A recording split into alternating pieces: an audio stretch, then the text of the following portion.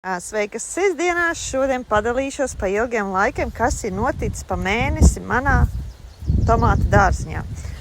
Un ko es tikko nolauzu savu skaistumu. Gribēju padalīties un redzat, kas notiek. Ai, tā mēdz arī notikt. Ja, tur ir vēl? Puķis. Esmu iestādījis kādu rudzu puķīti, lai skaisti, kāda samtenīti, kas drīz ziedēs, un gribēju, protams, padalīties ar tomātiņiem. Paskatieties, kas te notiek. Redzat? Tāda tomātiņa. Bet, protams, ir tā dziļā laistīšanas sistēma ierīkot ļoti labi, tīpaši karstā laikā.